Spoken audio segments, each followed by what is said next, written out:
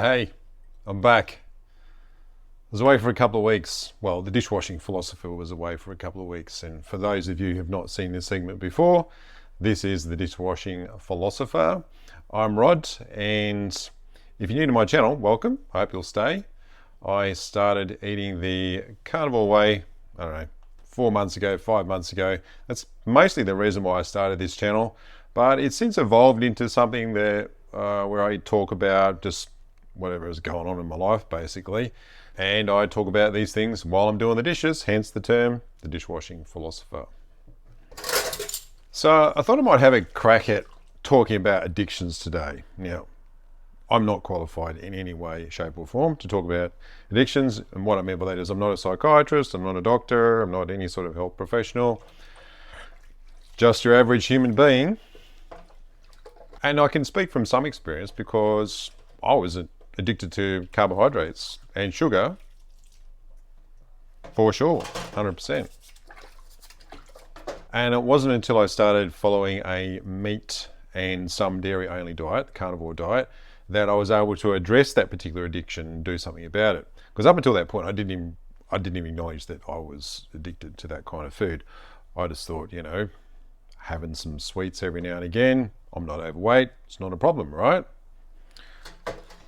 Well, I think an addiction is more about how you feel afterwards than when you are trying to satisfy that addiction. That's really the definition of it. So what I would find is that it's foods like sweet foods, chocolate, refined carbohydrates. It would feel good eating those at the time, but then afterwards I would not feel good. I would I overate, or I know that I just consumed 3,000, 4,000 calories in one hit of food which had very little nutritional value, lots of calories, but very little nutrition. And I didn't feel good about that. But I didn't really have any control over that behavior either. I wanted that hit of dopamine that I was going to get by eating that food, and I don't think I ever looked at the fact that that particular feeling was always going to be very short-lived, and wasn't really prepared to acknowledge, well, are the consequences after that worth the price? And I think that's the real nature of addictions, is that you don't really have that kind of conversation in your head because it's all driven by the lizard brain, the hind brain, rather than your forebrain, the one that actually thinks logically. Now, addictions come in many forms as there are different kinds of people, I think. So you might have an addiction to sweet food like I did, and that may be the reason that you are not meeting your health goals, why you've gained a lot of weight. It might be why you're struggling to get the proper amount of nutrition, like the proper amount of vitamins and minerals that you need to be healthy.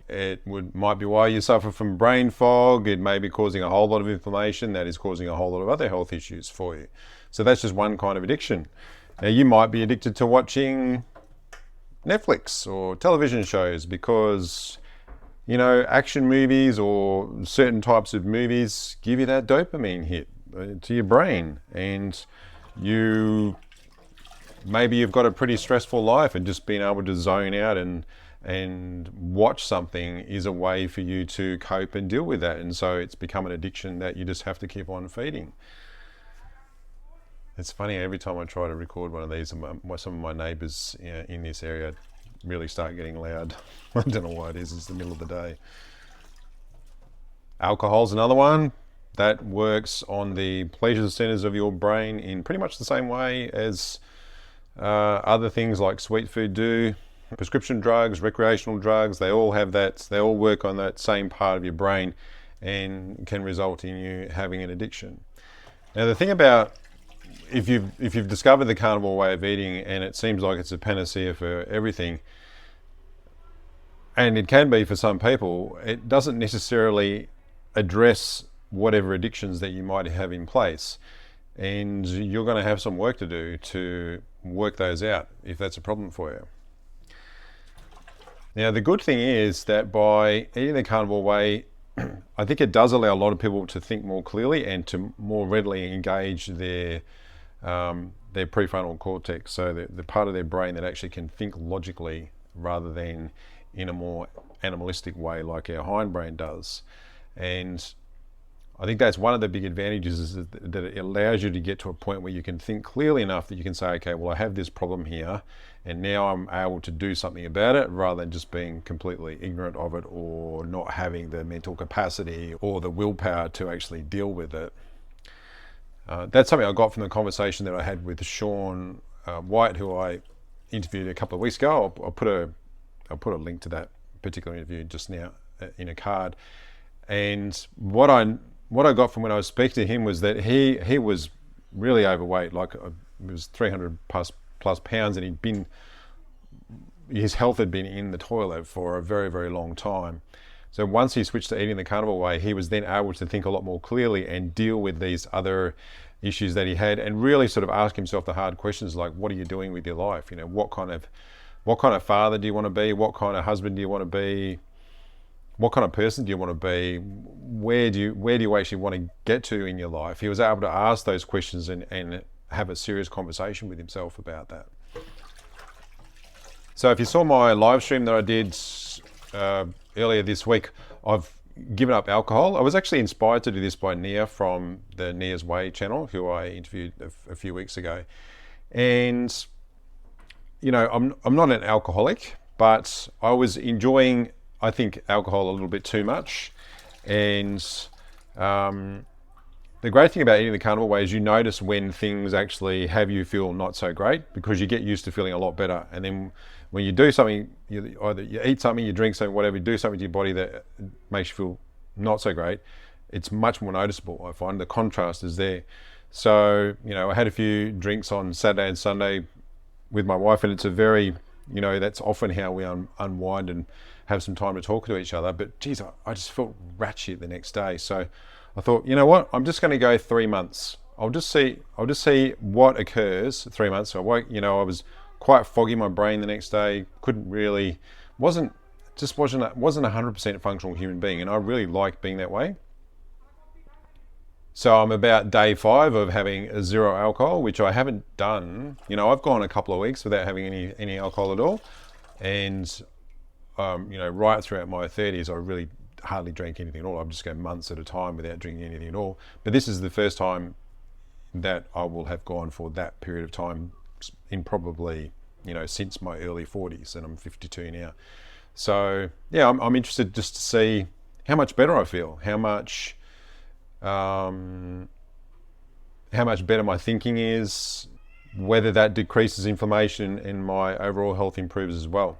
So if you've got something that you eat or drink, or some sort of behavior that you'd like to do something about, well then why not just give it up for a period of time? Don't go, okay, well, I'm going to give it up forever. Maybe that's a bridge too far at this point. But I think saying, okay, well, I'm just going to give this up for 3 months, which is, I totally stole this idea from Nia, then I think that's manageable. I can deal with that. The only thing I'm not sure about is Christmas time.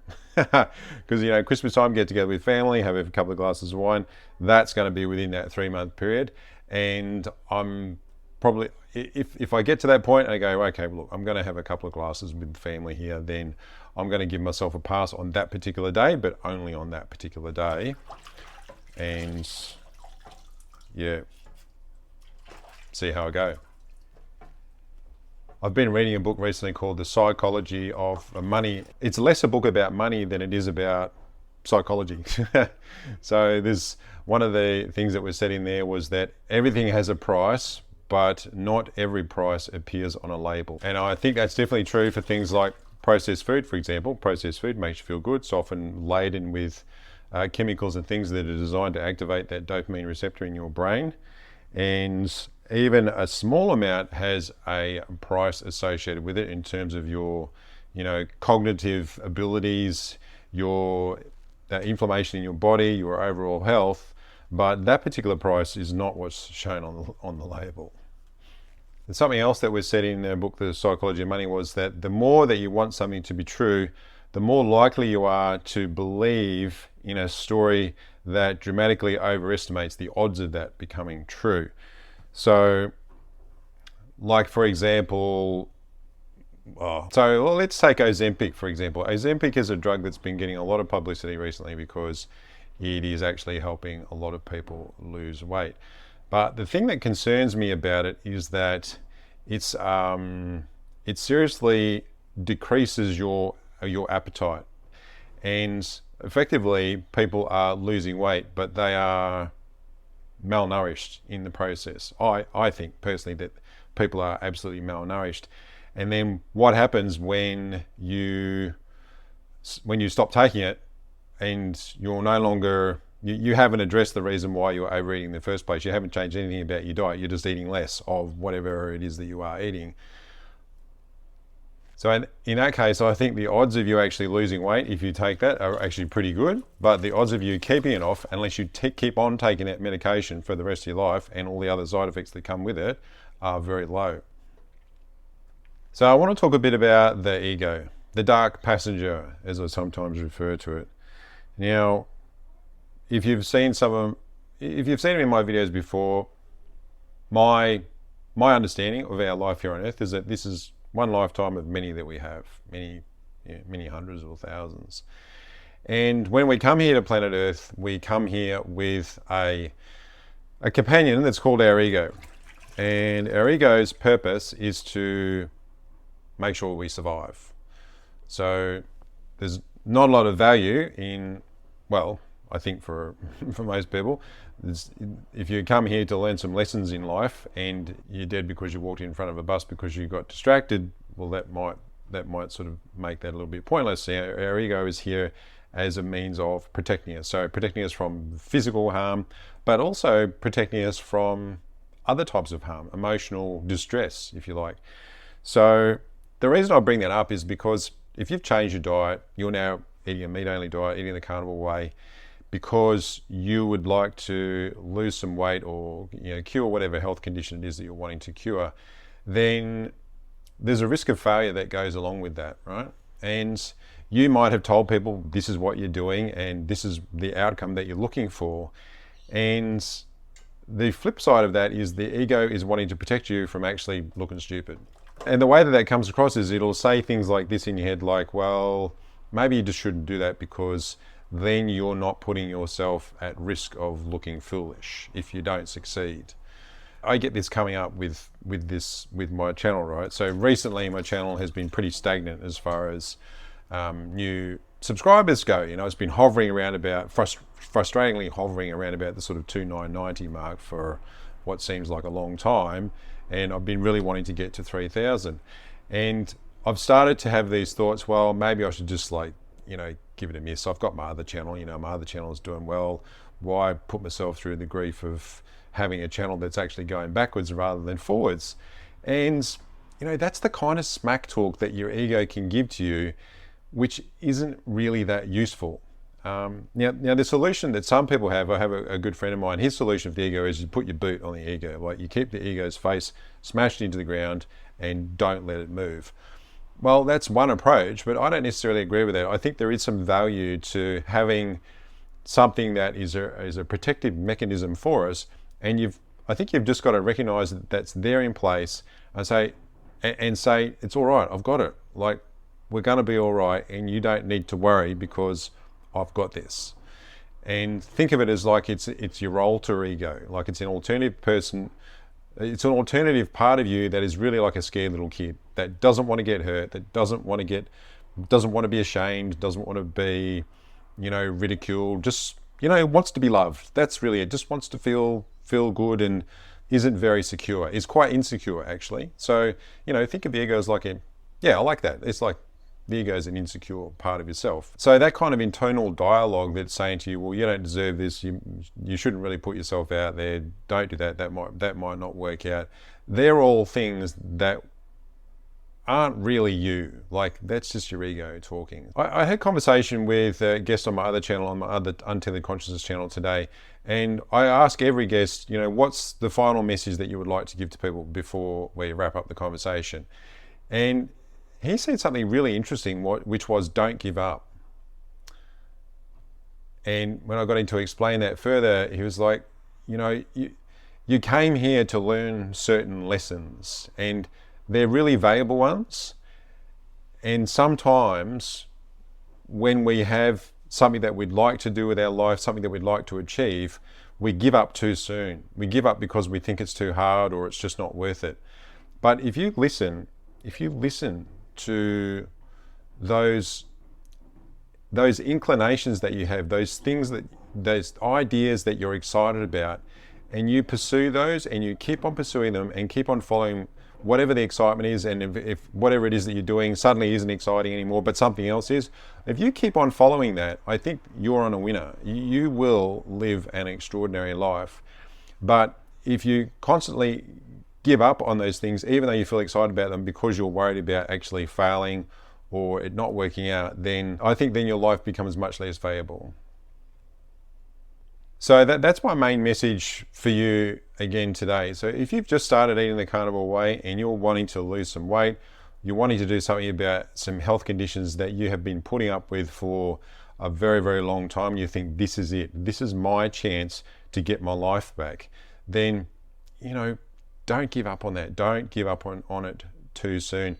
And in fact, don't give up on it ever if it's something that you're excited about. Because to me, whatever it is that you're excited about, that is the thing that you are meant to do with your life.